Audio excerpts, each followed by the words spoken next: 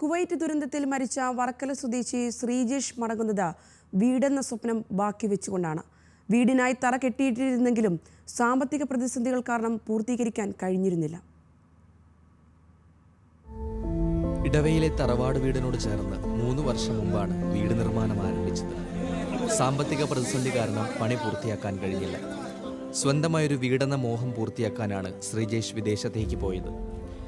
ഈ മാസം 6-നാണ് കുവൈറ്റിലേക്ക് പുതിയ ജോലിക്കായി ശ്രീജേഷ് പോയത്. ഇടവയിലെ തറവാട് വീട്ടിലെത്തിച്ച മൃതദേഹം പൊതുദർശനത്തിന് വെച്ചത് പണി പൂർത്തിയാക്കാത്ത വീടിന്റെ തറയ്ക്ക് മുകളിൽ.